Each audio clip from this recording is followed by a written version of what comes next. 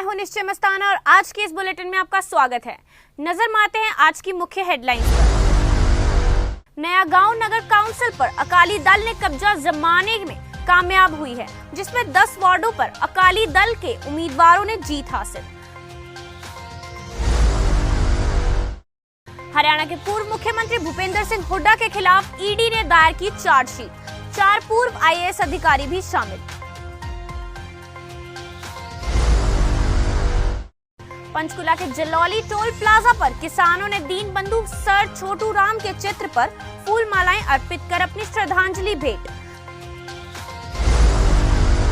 नया गांव नगर काउंसिल के 14 फरवरी को चुनाव हुए थे, जिनके आज नतीजे आए। नया गांव नगर काउंसिल के कुल 21 वार्डों पर चुनाव हुए थे, जिनके नतीजे अब सामने आ गए हैं। नया गांव नगर काउंसिल पर अकाली दल ने कब्जा जमाने में कामयाब हुई है, जिसमें 10 वार्डों पर अकाली दल के उम्मीदवारों ने जीत हासिल की है। वहीं 6 वार्डों पर कांग्रेस के उम्मीदवारों ने जीत दर्ज की।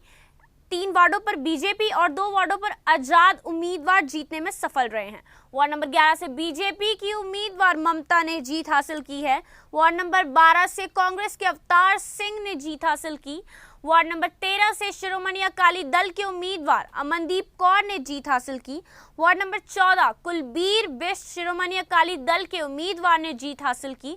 शिरोमणि अकाली दल के हल्का इंचार्ज रंजीत सिंह गिल नए गांव में अपने जीते हुए पार्षदों को मुबारकबाद देने के लिए पहुंचे, तो हमने गिल साहब से पूछा कि जिस हिसाब से नए गांव में शिरोमणि अकाली दल ने अच्छा किया है, वह प्रदर्शन और कहीं नहीं हो पाया। तो इस पर गिल ने कहा, नहीं, हमने सब जगह अच्छा प्रदर्शन किया है। नए गांव की बात की जाए तो नए गांव में नगर परिषद का प्रधान हमारी पार्टी शिरोमणि अकाली दल से होगा। उन्होंने कहा कि नए गांव को लोगों को मैं बधाई देता हूं और जो काम भी यहां पर अधूरे हैं उनको पूरा किया जाएगा। सबसे बड़ी समस्या सीवरेज की है, वह सीवरेज का काम भी करवाया जाएगा। अब आने वाले समय में विधानसभा के चुनाव होने हैं, उनमें श्रोमणी अकाली दल बहुमत के साथ आएगा और सीएम भी श्रोमणी अकाली दल का होगा। सुखबीर सिंह बादल हमारे प्रधान हैं, उनकी मेहनत आज रंग लाई और लोकसभा चुनावों में भी हम जीत हासिल करेंगे। देखो, इत्थे पिछली बार भी लोगों ने बहुत प्यार दिता तो हुण भी सानू देखो 10 सीटां जिता के उन्होंने श्रोमणी अकाली दल के हक में फतवा दिता है। तो साडी इत्थे जो लीडरशिप है तो बड़ा इन्होंने, क्योंकि लोगों च विचरते हैं, लोगों च इन्होंने बहुत काम किया है पिछले समय दे विच। सो उही कीते कामां दे बदले तो जो पिछले 10 साल जो सरकार दे साडे काम कीते सी और ये 4 साल सरकार दे देख के लोगों ने श्रोमणी अकाली दल के हक च फतवा दिता है। नगर परिषद ਦੇ ਵਿੱਚ ਤੁਹਾਡਾ ਪ੍ਰਧਾਨ ਕਿਹੜਾ ਹੋਵੇਗਾ? ਉਹ ਅਸੀਂ ਜੋ ਸਾਰੇ ਐਮਸੀ ਇਕੱਠੇ ਹੋਵਾਂਗੇ ਜੀ, ਜੋ ਆਪਣੇ ਸਾਰੇ ਜਿਹੜੇ ਡਿਸਾਈਡ ਕਰਨਗੇ ਤੇ ਉਹ ਆਪਣਾ ਉਹਨੂੰ ਅਸੀਂ ਪ੍ਰਧਾਨ ਬਣਾਵਾਂਗੇ। ਜਨਤਾ ਨੂੰ ਤਾਂ ਇਹ ਅਪੀਲ ਹੈ, ਜਿਹਨੇ ਬਹੁਤ ਸਾਥ ਦਿੱਤਾ, ਅਸੀਂ ਬਹੁਤ ਦਿਲੋਂ ਧੰਨਵਾਦ ਕਰਦੇ ਹਾਂ। ਤੇ ਨਵੇਂ ਗਰਾਊਂਡ ਦੇ ਵਿਕਾਸ ਜਿਹੜੇ ਖੜੇ ਹੋਏ ਕੰਮ ਹੈ ਉਹਨੂੰ ਦੁਬਾਰੇ ਲੀਹਾਂ ਤੇ ਲਿਆ ਕੇ ਨਵੇਂ तरीके नवे प्लान बना के नवे ग्राउंड वधिया तरीके मोहाली वर्गा बना के देंगे। बिल्कुल जी, मैं सबसे पहले धन्यवाद करूंगा अपने वोटर्स का, सपोर्टर्स का, और उनसे वादा करता हूं कि जो वादे करके मैं चोन लड़ा था उन पे खरा उतरूंगा और हमेशा उनके साथ खड़ा रहूंगा। बिल्कुल जी, सारा डेवलपमेंट का काम पे अधूरा ही सारे करूंगे जी।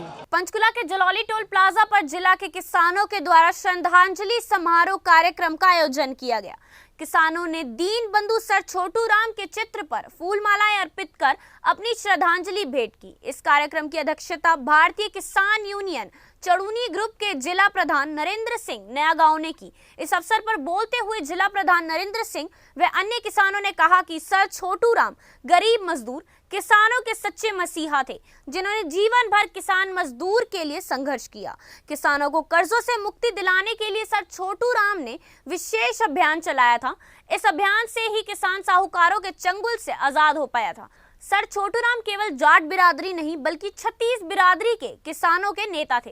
जिस समय देश के लोग अंग्रेजों की गुलामी से भारत को आजाद कराने के लिए संघर्ष कर रहे थे, उस समय सर छोटू राम ने न केवल आजादी के लिए संघर्ष किया बल्कि किसानों को दास्ता से मुक्ति दिलाने व शोषण के जीवन से बाहर निकालने में आंदोलन चलाया था। आजादी से पूर्व साहूकार लोग किसानों की भूमि कुछ रुपयों में ही गिरवी रख लेते थे। साहूकारों का ब्याज किसान चुका नहीं पाते थे। ऐसे में छत्तीस बिरादरी के किसानों की भूमि साहूकारों के चंगुल में फंस गई थी। सर छोटू राम ने मार्केट कमेटियों का गठन किया। हमें सर छोटू राम जैसे महान किसान नेता व स्वतंत्र सेनानी के जीवन से प्रेरणा लेते हुए उनकी शिक्षाओं का अनुसरण करना चाहिए। हमें समाज में फैली बुराइयां, दहेज प्रथा, भ्रूण हत्या, नशाखोरी व अन्य बुराइयों का खात्मा करने के लिए आगे आना चाहिए। सर, आज डिस्ट्रिक्ट पंचकुला में जरौली टोल प्लाजा पे किसान मसीहा सर छोटू राम जी को श्रद्धांजलि दी गई है। आज सर छोटू राम जी की जयंती थी और किसान मसीहा सर छोटू राम जी की जीवन शैली के बारे में सभी भाइयों को बताया गया है। यहाँ पे सैकड़ों की संख्या में जो हमारे किसान भाई, मजदूर भाई, आड़ती भाई, दुकानदार भाई, कर्मचारी भाई यहाँ पे इकट्ठे हुए थे और जैसे कि सर छोटू राम जी ने किसान हित में आंदोलन लड़े हैं, जो उनके जीवन की विचारधारा रही है उसके बारे में बताया गया और हम सभी भाइयों से, किसान भाइयों से, मजदूर भाइयों से, हर वर्ग से हाथ जोड़कर अपील करते हैं कि ये आंदोलन किसी एक गांव का या एक शहर का या एक आदमी का नहीं है। ये आंदोलन हर जन का, हर वर्ग का, हर जाति का, हर धर्म का है। ज़्यादा से ज़्यादा हर रोज़ जो हमारे साथी हैं डिस्ट्रिक्ट पंचकुला के जरौली टोल प्लाजा पे पहुँचे और जो हमारे कालका, पिंजौर, रईतन, दौड़ वाले साथी हैं वो ज़्यादा से ज़्यादा संख्या में चंडी मंदिर टोल प्लाजा पे पहुँचें ताकि हम अपनी लड़ाई मजबूती से लड़ सकें और दिल्ली में चल रहे अपने आंदोलन को मजबूत बना सकें। हरियाणा के पूर्व मुख्यमंत्री भूपेंद्र सिंह हुड्डा के खिलाफ ईडी ने दायर की चार्जशीट। 4 पूर्व आईएएस अधिकारी भी शामिल। पंचकुला जमीन घोटाले के केस में ईडी ने हरियाणा के पूर्व सीएम भूपेंद्र सिंह हुड्डा के खिलाफ चार्जशीट दायर की है। हुड्डा के अलावा ईडी ने 21 अन्य लोगों के नाम भी इस चार्जशीट में शामिल किए हैं। यही नहीं, चार्जशीट में शामिल लोगों में 4 पूर्व आईएएस अधिकारी भी शामिल हैं। ये मामला करोड़ों रुपए की कीमत के 19 औद्योगिक प्लॉटों के आवंटन का है। आरोप है कि 2013 में हुड्डा के करीबियों को इन प्लॉट्स का आवंटन किया गया था। केंद्र सरकार ने दिल्ली बॉर्डर नहीं बल्कि लोकतंत्र के सीने में ठोकी है कीले। लोगों को संभलने की है जरूरत। सुनील झाकड़, केंद्र सरकार ने पंजाब को बदनाम किया है और पंजाबियों को बदनाम करने का बहुत ही औछा प्रयास इन्होंने किया है। दुनिया जानती है कि पंजाबियों के चर्चे और पंजाबियों का हौसला, लेकिन इनकी नीयत जग जाहिर हो गई है। पंचकुला में पंजाब कांग्रेस प्रदेश अध्यक्ष सुनील झाकड़ का बयान। कहा, श्रोमणी अकाली दल ने कृषि कानूनों के खिलाफ पहले आवाज नहीं उठाई और न आम आदमी पार्टी ने कोई आवाज उठाई। पंजाब ने कानून बना रखे हैं लेकिन गवर्नर साहब लिए बैठे हैं, एक बार फिर पास करके भेजेंगे। केंद्र किसानों को परेशान करके सोच रहा है कि वापस चले जाएंगे। झाकड़, कृषि कानूनों की लंबी लड़ाई है, इतनी जल्दी समाधान नहीं होगा। केंद्र सरकार राकेश टिकैत से भी इतनी ज्यादा नहीं डरती है। देखो, गड़े मुर्दे उखाड़े है इन्होंने आके, कोई लोगों की गल करते नहीं, कोई पंजाब की गल करते नहीं। अपनी कमजोरियां के उत्ते पर्दा पाने वास्ते आम आदमी पार्टी ने हुण आ याद आया भी तोमर साहब ने जिहड़े बयान उत्थे पार्लीमेंट 'च छड्डते। मेरा एक बड़ा सिंपल जिहा सवाल, पहला तो आम आदमी पार्टी ने, देखो बीजेपी वाले ने तो अपना चेहरा बेनकाब करता, काले कानून लिया के पहला कॉन्ट्रैक्ट फार्मिंग वाला लैके आए। भाईवाल सीगे अकालियों के नाल 2013 च अकाली ते बीजेपी इकट्ठे सी जिहड़े आ काला इन्होंने कानून बनाया। तो हुण 2000 फिर जिहड़े 3 काले कानून बनाए है आप ते दोनों भाईवाल सीगे, फिर बीजेपी ते अकाली। ਜਦੋਂ तोमर साहब ने पार्लीमेंट 'ਚ बयान दिते है, मेरी बेनती है ना सारे लीडर साहबान नूं, आप वालिਆਂ ਨੂੰ, ਤੁਸੀਂ ਉੱਥੇ क्यों नहीं उन्होंने रिबट किया? क्यों नहीं केजरीवाल साहब ने अज ताईं उत्थे नैशनल मीडिया 'ਚ गल की भी तोमर साहब पंजाब नूं बदनाम कर रहे हैं?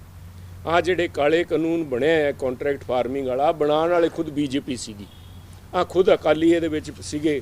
क्यों नहीं अज ताईं केजरीवाल साहब ने नैशनल मीडिया 'ਚ गल करता?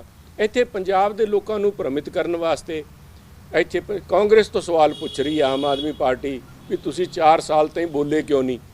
ਮੈਂ ਸਵਾਲ ਇਹਨਾਂ ਨੂੰ ਪੁੱਛਦਾ ਵੀ ਤੁਸੀਂ ਲੀਡਰ ਆਫ ਆਪੋਜੀਸ਼ਨ ਸੀਗੇ, you are the main opposition party, ਤੁਸੀਂ ਕਿਉਂ ਨਹੀਂ ਇਹ ਮੁੱਦਾ ਚੱਕਿਆ? ਸਾਰਿਆਂ ਨੂੰ ਬੱਚੇ ਨੂੰ ਪਤਾ ਹੈ ਵੀ ਇਹ ਕਾਨੂੰਨ ਨਾ ਲਾਗੂ ਹੋਏ, ਪਾਸ ਜ਼ਰੂਰ ਕਰਾ ਲਿਆ, but that is worth the piece of paper, not even worth piece of paper ਜਿਹਦੇ ਤੇ ਕਾਨੂੰਨ ਬਣੇ। ਨਾ ਰੂਲਸ ਫਰੇਮ ਕੀਤੇ ਗਏ, ਨਾ ਉਹਦੇ ਤੇ ਜਿਹੜੇ ਕਮਿਸ਼ਨ ਬਣਨੇ ਸੀਗੇ, ਸੈਟਲਮੈਂਟ ਕਮਿਸ਼ਨ, ਡਿਸਪਿਊਟ ਸੈਟਲਮੈਂਟ ਦੇ ਡਿਸਟ੍ਰਿਕਟ ਲੈਵਲ ਤੇ, ਸਟੇਟ ਲੈਵਲ ਦੇ ਉੱਤੇ।